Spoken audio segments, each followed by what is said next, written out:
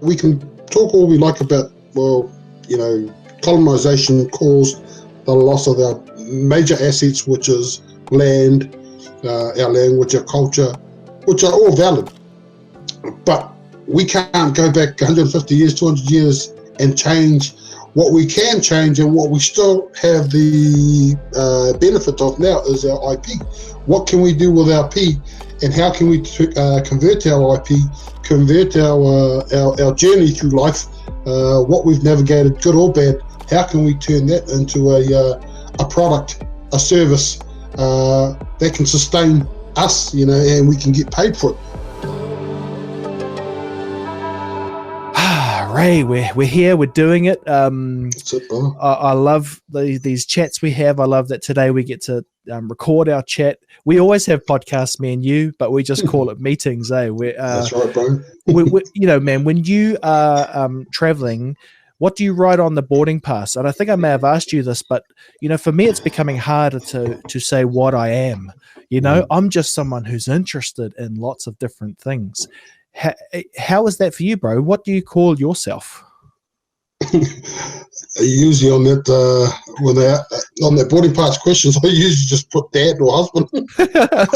Because if you put founder or CEO or executive, then they ask, which department, and exactly where is it? IT? Is it social enterprise?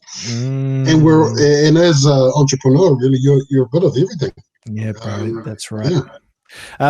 It's funny, because we've talked before, and you were entrepreneur, way back at school, and that's the thing, right? Like, when did it click for you, bro, that entrepreneur in the business sense is just someone with competency and a bit of hustle and grind to go out and do that? When did you realize that, this is a thing? To be honest, bro, it was way later down the track for me. Obviously, as a youngster, you're not exposed to Rich Dad, Poor Dad books and stuff like that. Well, definitely not in my circle. And where I grew up in Otara, you don't really read books, especially in my... I'm just speaking from experience from where I grew up on Preston Road, Otara. So you're not exposed to a whole lot of that sort of stuff. You don't know too much about what jobs really entail, about, as executive or as a salesperson. But I did know once I started... as an adult, started applying for jobs and started working. I started reading some of the job descriptions, and I thought, I can do this, I can do that. And it just dawned on me that a lot of the stuff in these professional job descriptions we did growing up, and I didn't know what an innovator was, what an entrepreneur was, but I knew that a lot of kids like me were quite savvy out on the street. We might not have been book smart at the time, but we knew how to survive. And so, when you come through adversity, when you're confronted with adversity, you have to think on your feet. And if you don't, the hard answer is you either die or you end up in prison. So I had some of those moments where I wanted to die. And as I explained in my previous podcast, attempting suicide at quite a young age. With a whole lot of built up of anger and trauma. But equally, I also wanted to live. I still found solace in the friends that I had around me. And so at the tuck shop, Takaroa College, all I remember is because they used to pair me up with these new kids that came from the islands. And because I could converse and took a loan to Valuan and Samoan and that, the teacher would generally put them with me as their translator. But so these guys would give me sharing some of their lunch, and I was providing extra services like security services for them, kind of being the go-to, if somebody wanted to have a crack at them. But even at the tuck shop, offering all these different translation services, all these other services, some naughty services as well, like, I'll give you a protection fee. I wasn't thinking about the bad thing. I was just thinking about survival, and I think as entrepreneurs, that's what entrepreneurship is about. Thinking ahead of the game and trying to survive. And so I was making between $20 to $30 a day at the tuck shop, offering a variety of different services to people. But at the time, I didn't see it as a skill. I didn't see it as a niche. It wasn't until I was a lot older when I was trying to think, well, I don't have any qualifications, academic qualifications. I've been through 4 high schools, went back to Samoa, didn't survive a week in one of the high schools there. So I didn't have formal qualifications. But when I joined the police and saw a whole lot of kids, young people, and people like me that were getting into trouble and didn't have, academic background, I just thought, man, we're pushing a lot of the academia, but we're not teaching these guys. Well, these guys have a lot of value in the expertise that the knowledge that they've acquired over years of living in the community, faced with a lot of crime, faced with a lot of social and economic disparities. How do we streamline those skill sets and turn it into some sort of product or service where they're getting paid for it? And that's basically what, long story short, what I've done now. But again, it wasn't until I was a lot older in life that I realised that there is a bit of a gap in the market when it comes to packaging those skills, because again, we're still looking at your skill sets have to be validated. It has to be accredited by an accredited provider and all this sort of stuff. And I just see it just misses a whole lot of. There's still a huge gap in bridging that divide with how do we get these people's skills converted so that they can get an accredited qualification for it. So case in point, having gone through that myself, I'm just completing a 12,000 word dissertation at the moment, and that's my last assignment for my Masters in Business Administration through the University of Chichester in the United Kingdom. Now, there were 7 assignments all up, but I only needed to do 3 assignments altogether because they've taken into account the skills that I've acquired through years growing up in South Auckland, and the ideas that I've converted into projects, award-winning apps, award-winning leadership, and all the work I've done in the police and post-police. So they've converted all of those into accredited qualifications. So I didn't have to do the full raft of a 1.5 years or 3 years study for my MBA. I just needed to do 6 months to complete my MBA. But that, I think, speaks power and volume to our not just Pasifika people, but just people in general, that there are ways around it, and that's why we've created these courses, which I'm blessed that you guys have come on board to provide that awesome training and facilitation around our ancient Polynesian breathing techniques that allowed us to be the greatest navigators across history for over 3,000 years. And it allowed us to build, state-of-the-art, canoes that are used today by all these fancy America's Cup yacht designers. So that's what we're doing, bro, to try and bridge that gap and connect what we're doing today, fusing it with technology and the introduction of STEM, and through the telling of our stories and initiatives like Manawa Breathing. So, bro, I've got a few things to say. One, you're the best type of guest to have because you ask one question and then you go through the whole raft of ideas. I love that. I get to sit back and just be the audience. 2, it's amazing that you've, I guess this idea that you had to try and find validation by, getting other people to recognize things or join the police, but it ended up being that you just had to leverage the skills you'd already learned, and that it's always been about you. And I guess that's one of the big messages that I want to get across to people is that, yes, you can try and be the best person for others, but at the end of the day, you've got to be solid. You're the one who cares the most about what's happening and what you love.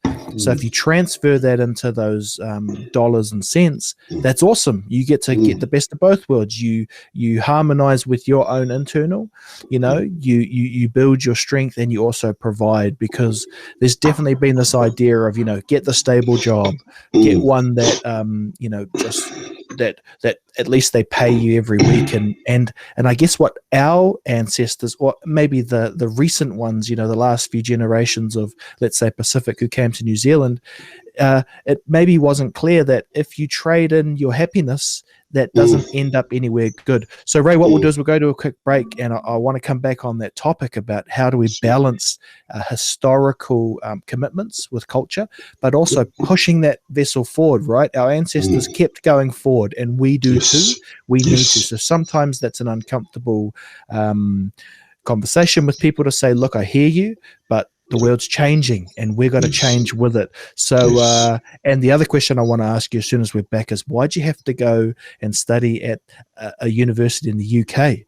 Why wouldn't MIT take you on and give you full scholarship? Why wouldn't Auckland University? This is part of the problem, right? Where you're more valuable to the rest of the world, yet the own people and where the funding goes should, anyway, we'll come back into that. Stay with us, team. Back with Ray in a second.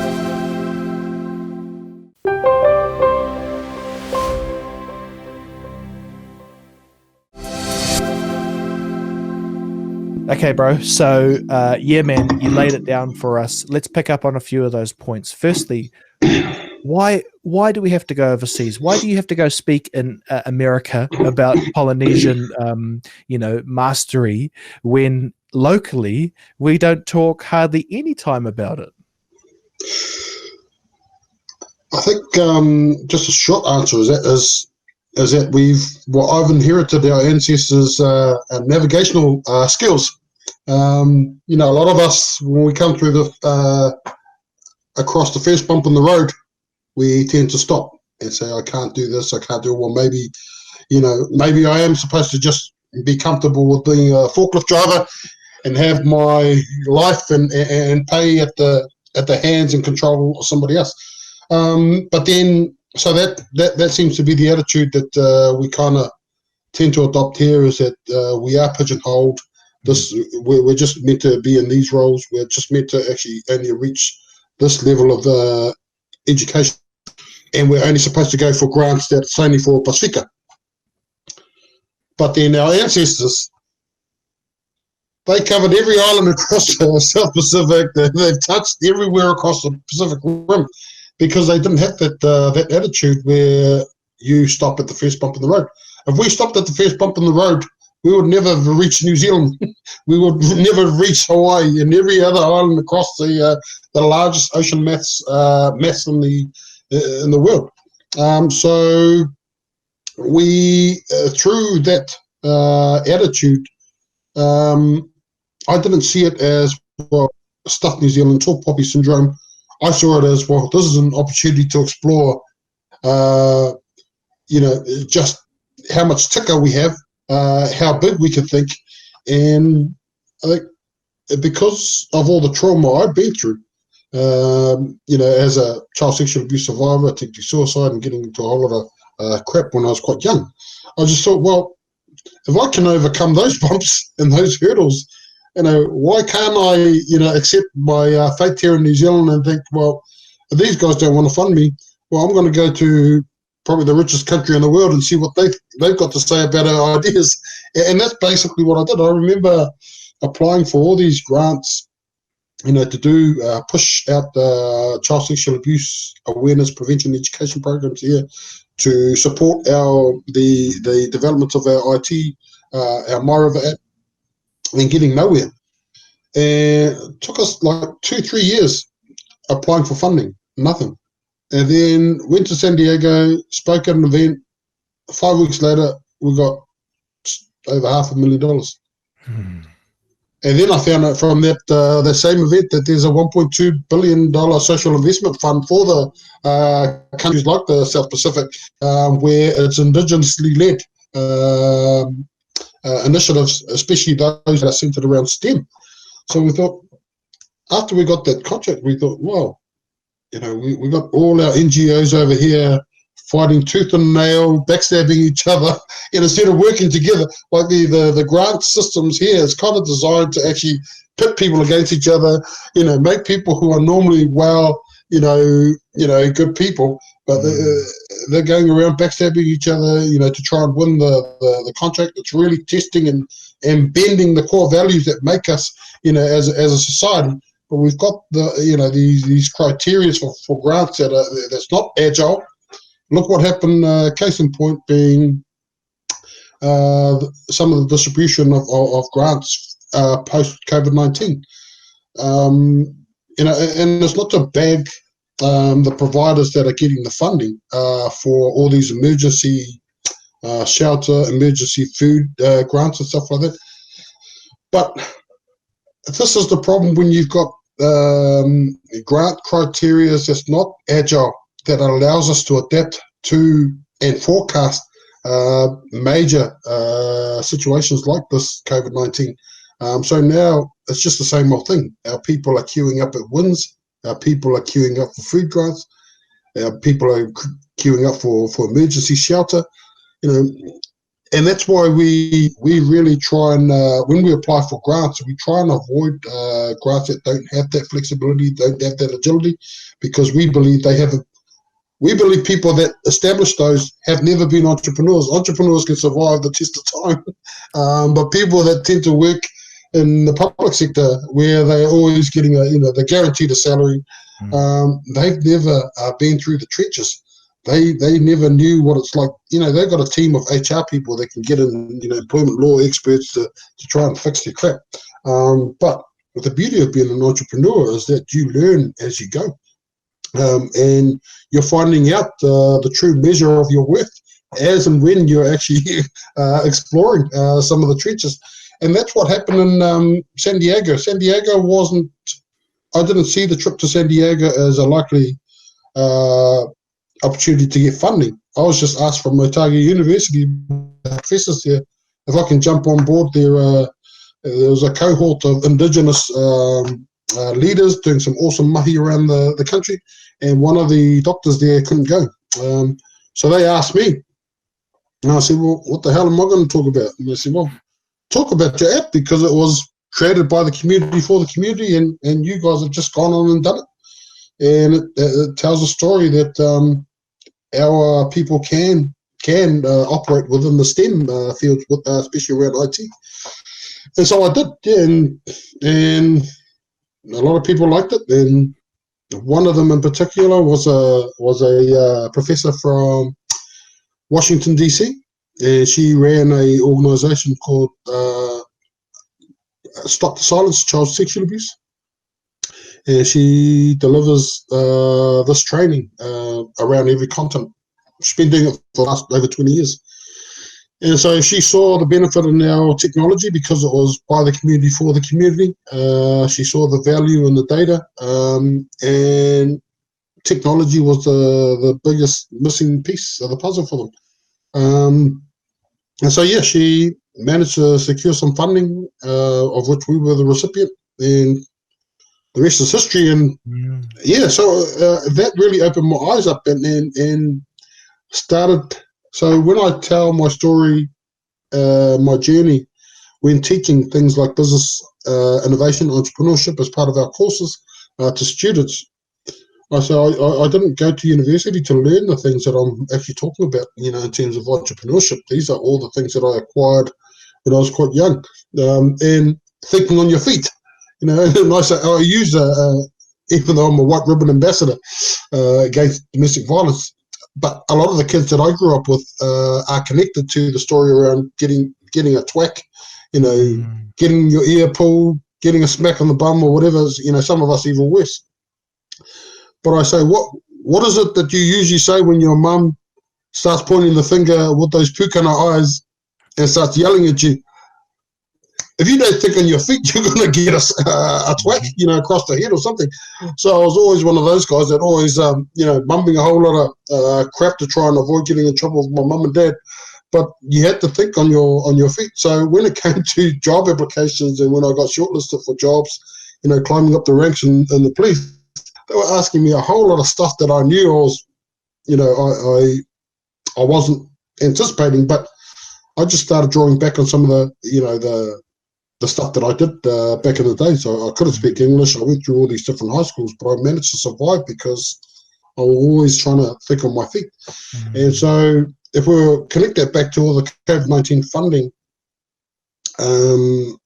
towards all this emergency shelter and emergency food grants and stuff like that, that's why I think it's important for us to teach, with the mentoring programs that we're teaching in schools that, you guys are involved with, is that we're teaching kids the value of money. We're teaching them the value of economics, and we're teaching them the value of, what is capital. When you're looking at a startup, most people see, well, you can't start any idea because you got to raise some capital to actually start it up. But capital comes in a lot of different forms. Capital is also your IP, your intellectual property. And so we can talk all we like about, colonization caused the loss of our major assets, which is land, our language, our culture, which are all valid. But we can't go back 150 years, 200 years and change. What we can change and what we still have the benefit of now is our IP. What can we do with our IP, and how can we convert our IP, convert our journey through life, what we've navigated, good or bad, how can we turn that into a product, a service that can sustain us, and we can get paid for it. And so that is why we're teaching this program across high schools across Auckland, because you can talk about suicide, domestic violence, and colonization, and all of that, but the thing that I think will make the biggest difference in bridging the gap and equalizing the social disparity, economic disparity, is being financially stable. And so how can you turn your experience into an actual job? And so beautiful, brother. Well, that's the question. We go to the break and we come back, and the question is, how can you turn your experience into a job? Stay with us, team. Back in just a second.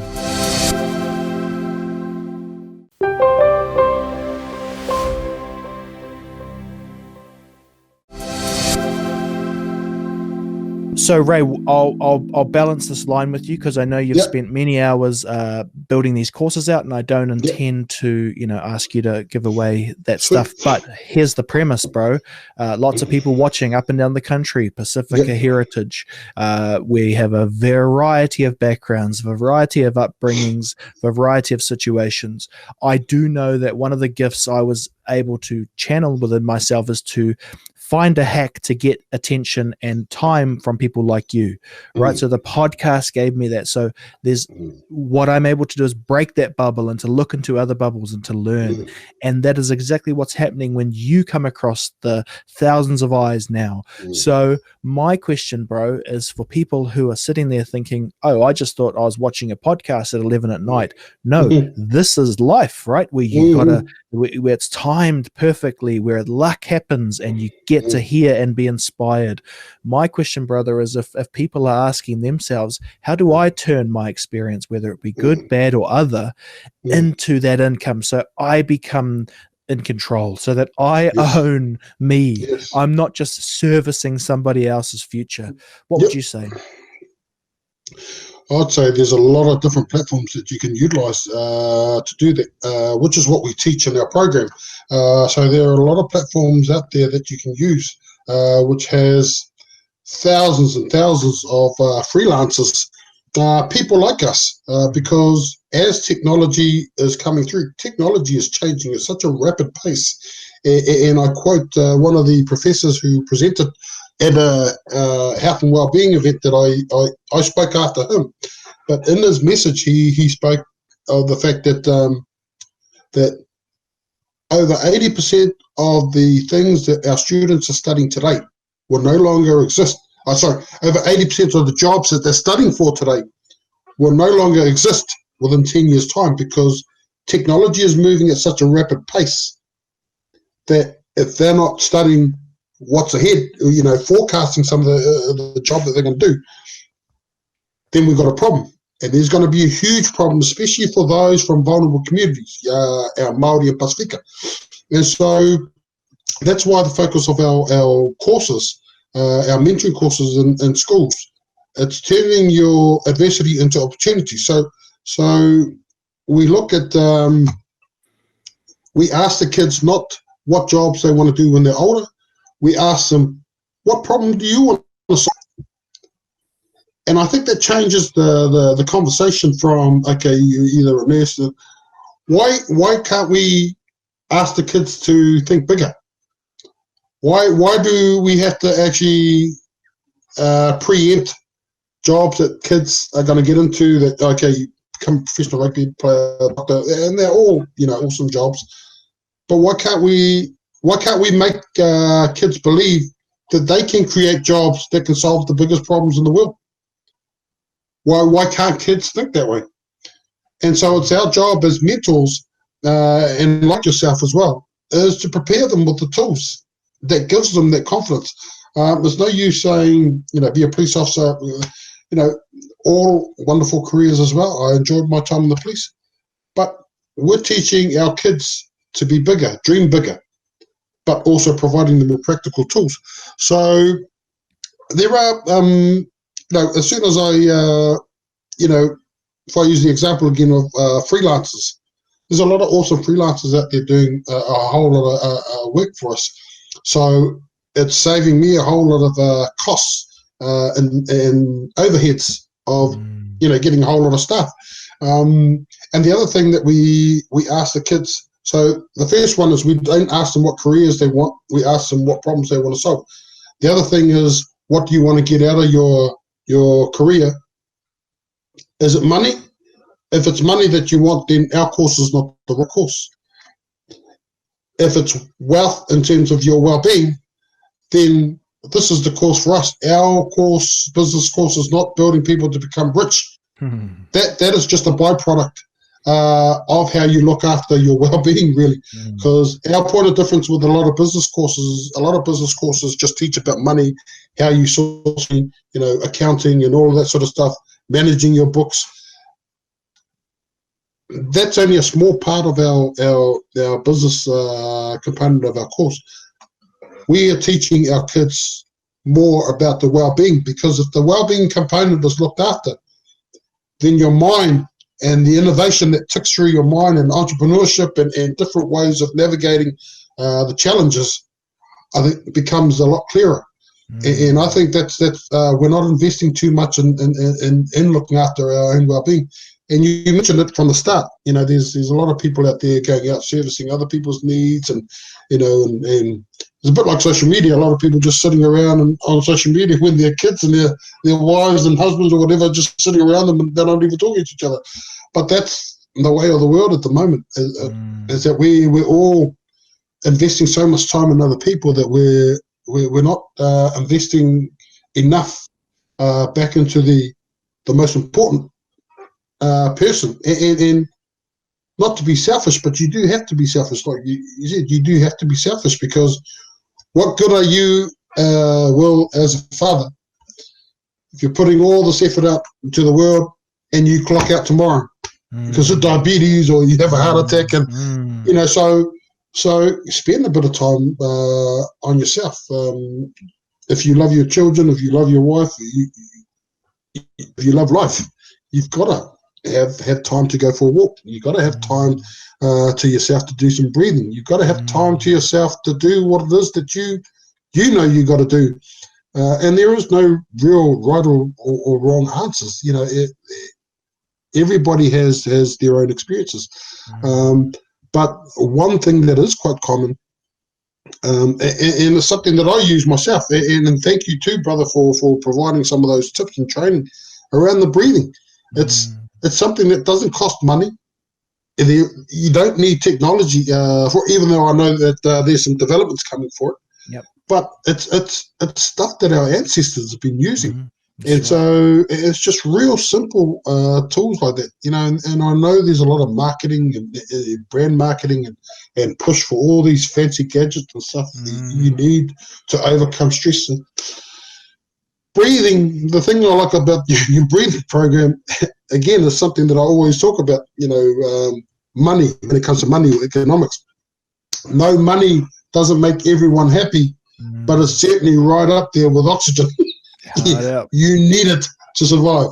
And so if we look at it in that way, it tells us straight away that we do need boost in our breathing, because it leads down to a whole lot of other health and physical problems later on in life. That's it, bro. And look, we'll dive deep into this over the time. I'm aware that you have another kind of investor meeting coming soon, so we'll go to a quick break. And I just want to pick your brains on the pivot I saw from getting to know you over COVID. I made a point to reach out to people, see how they're doing, and you're interesting because you're always thinking, and that's what I love about it. That's why I want to do more with you, because you give me the permission to be like, no. The wrong way is to have a guaranteed thing. We've got to be nimble and ready, because that is actually where our Pacific heritage thrived, right? If there was challenging and changing in oceans and weathers, and you had to be calm and you had to be collected and you had to pivot. And what I love, bro, is that these grand scales also work on the micro, what you're doing. You said to me, bro, you know what's important to me? I'm just going to work in my community. And I was like, that's genius, because you get to be around home, you get to be with your kids, you get to look after your local community. And you also are doing it in a way which you can share it with the world via the internet. And this is the difference. Everyone's like, if I could just make it to Auckland or Wellington or something like that, I'll crack it. And it's like, no, you've just forgotten to offer service in your backyard. So let's go a quick break, and then we'll finish the segment just with you talking about, the stuff you're doing in your local community. Stay with us, team. Awesome.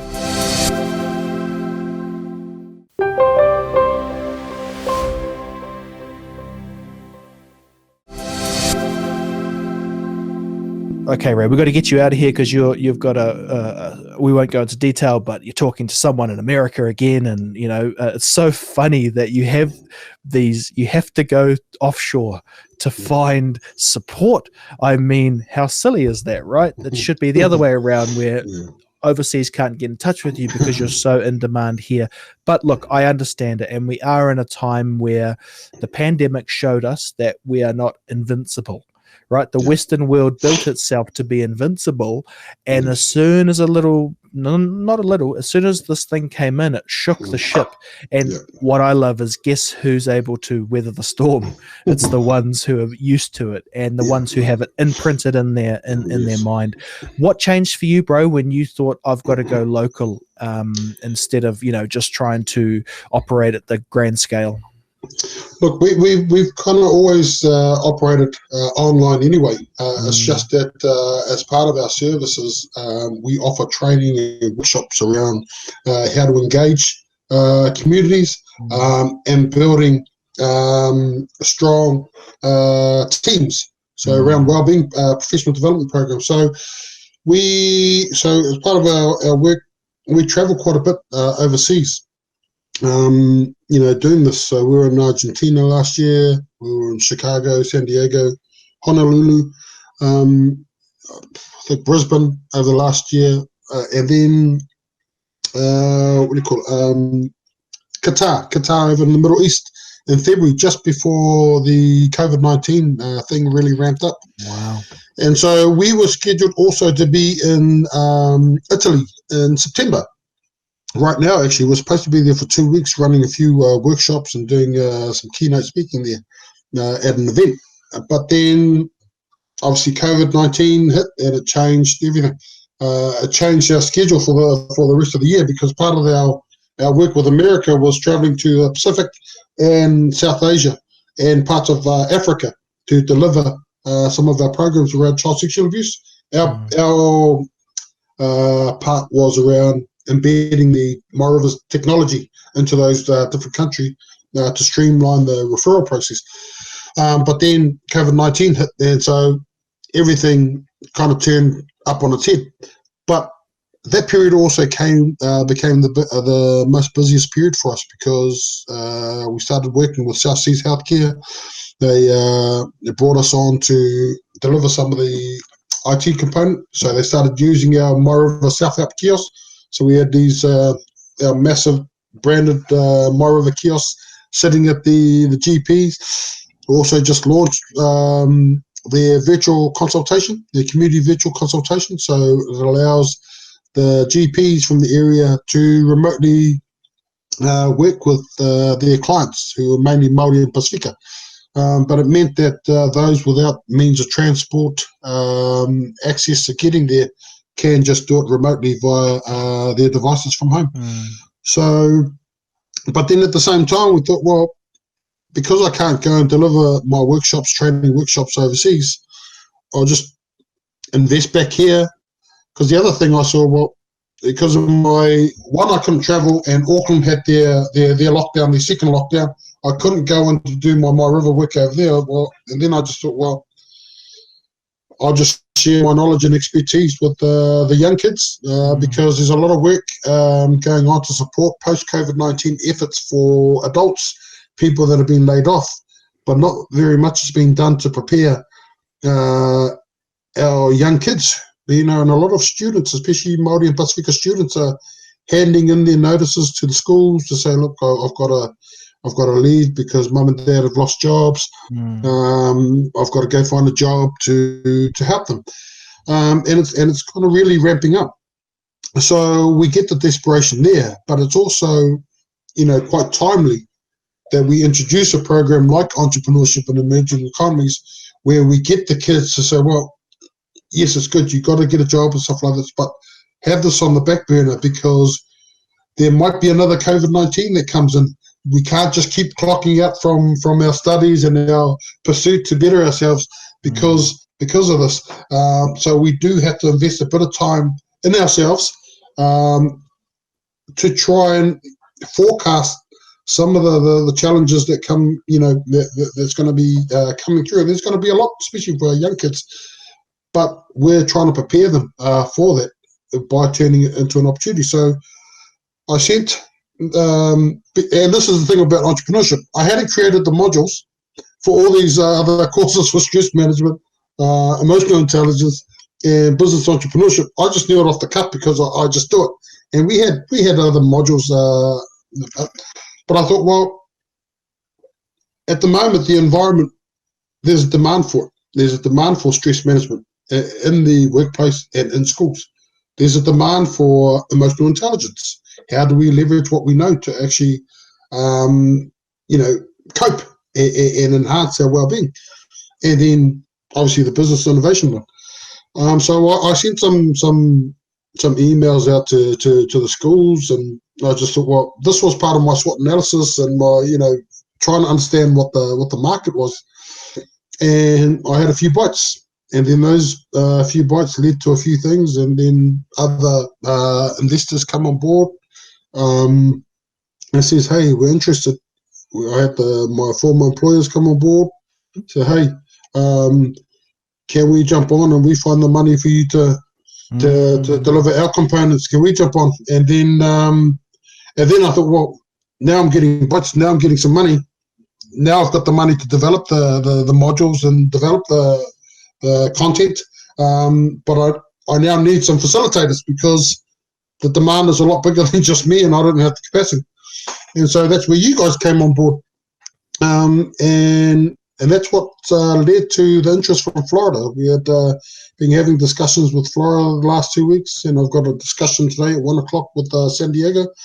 So they got a bit of funding, and part of the funding is these are the town planners. They basically design things around movements of people to ensure that people move around okay, but also to avoid any issues in terms of crime and stuff like that. So my background with the police is I'm certified around crime prevention through environmental design. And so this person, that's what he does as a profession. And so they looked at what we're doing with the program. We saw it on LinkedIn and social media, and basically has asked if I could help design and implement a similar program over there. But again, entrepreneurship, you don't have to have all the answers straight away. Sometimes as part of your research, it's a research, but you'll find the rest of the answers as and when you're going through. And that's why I think is one of the big challenges with some of the grants is they you have to itemize every expense in your budget when you're doing a proposal. And the issue I see with that is it doesn't allow for innovation. It doesn't allow for changes and being able to shift with the times and shift with the new challenges and opportunities that come through. So I think that's why we prefer to go overseas and get funding from overseas, because they give us a lot more money, but they see us as the experts. So if there's going to be changes, they want to learn from how we adapt to those changes. Where for over here, if you can't provide in your budget and predict everything because you're supposed to be, have a crystal ball, then you won't get the funding, and you end up spending weeks and weeks of putting together a grant for only 5,000, but they expect you to do, and sometimes that 5,000, it probably cost the administrator 5,000 just to put that proposal together. Exactly. So if you're a small organisation, a small business, or a small charitable organisation or not-for-profit that's trying to do their best to service the needs of our impact the communities, it's not sustainable, and that's why you see a lot of health and social workers, frontline workers, even our workers working for the health boards, and that there's a lot of burnout, and so that's why we believe getting yourself into business where you learn as you go, make those mistakes, and also find out your true worth in there. It's really changed the game for me, because I used to travel quite a lot in the police, trying to save the world, but my wife was struggling at home, trying to watch our kids. We had, babies, and my kids were also struggling. The health of my third girl. She's now 5, but she was diagnosed with type 1 diabetes. My wife was trying to manage that on her own while I was out trying to save the world in the South Pacific, trying to teach the police officers there about this and that. But now, with being able to take control of my own career and work full time as a consultant, delivering these training to people at schools, in the workplaces, and also putting them online so that people can learn at their own pace. It's allowed me the flexibility to be able to go to not miss any of my kids' key milestones, birthdays and so little things like that. And that's why I think it's important that we ask the kids not only one, what problem you want to solve instead of what career you want to get into.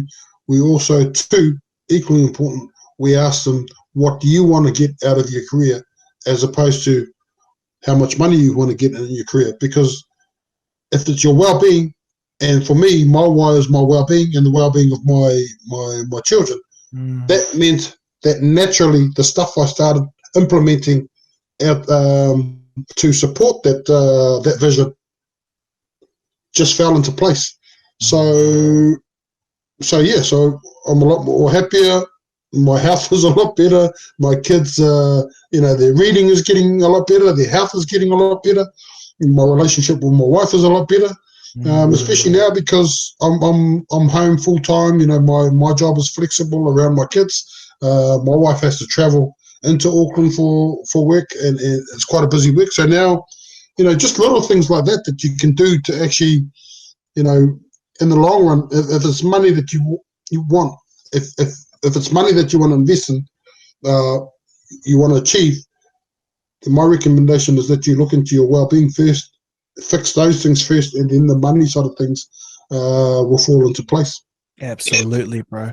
Look, I love it because you're one of the only community leaders I hear talk at the front of things. Everything's at the end, eh? It's like, we'll only open up the funding when things are in chaos. Yes. Well, hold on a minute, hold on a minute. You got to think up here. Like one of the interesting observations I've seen, and I started the Manava breathing during COVID, is there's just about no resource for me And I mean, there is resource, but it's in the realm of everything outside of money. Yes. It's like, we'll spend time with you. It's like, yeah, but that doesn't pay for things. So my thinking is, it's still at this bottom of the cliff mentality. But here's what I love, bro. You push it right out the front, and I'm a supporter of that. And because that's where my mind is at, like, you just keep being owned by people if you need to hand out. And I'm not saying that's wrong, but I'm saying it's like a balance. It can't be 90-10. It's got to be more equal. There's those of us who, and I know neurology also is exactly what you said. You're half prepared. Nature brings us out to this world half prepared. So it gives us all of the instincts to fight fear and calm and joy and love. But there is a requirement for society to give us the other 50%, the love, the nurture. And I think this is where we're wrong when we think we have to have 100%, because we're just lying. If we say you've got to have 100% clarity, and look at any corporation, they get 100% clarity, but they kill everything along the way because you got to stamp over everything else. So right, bro, we're going to wrap it here. Ray, where can people follow if they want to follow the journey or get some mentoring from you? So you can check us out on our Facebook page, ankthomsonlimited.com, or you can also visit us on our LinkedIn social media pages. We also have an Instagram or our website. Check our website out, A&K Thomson, as well. Or pop us an email, and we also schedule free Q&As. So check us out, and we'll be more than happy to support you. We've been doing these Q&As with our Kiwi Daddies the last 2 weeks. So you usually get a group of guys who have a whole bunch of questions about anything and everything. Might be well-being in that. It might be around startups. It might be around grants, applications. But just hit us up, and we'll try and schedule a time together. And we're a lot more better moving forward if we all work together, rather than knitting away at each other, backstabbing each other, and introducing the tall poppy syndrome, which seems to be quite prevalent in New Zealand at the moment. But we're a lot better together, and just some words of encouragement as well. As I might have mentioned it before, but with those who are going through hard times at the moment, just remember that quote that I mentioned by Rita. And that is that not every storm comes to destroy your life. Some come to clear your path. And so just want to leave you with that. But, well, brother, thank you very much, man. Appreciate your time, and I appreciate your forward thinking as well, especially in light of trying to push forward the innovation from our Pasifika ancestors. Thank you very much, brother. You have a good one. Sweet, bro. All right, go make us some money in America. See you soon. We'll do, mate. Cheers. See you, bro. Bye.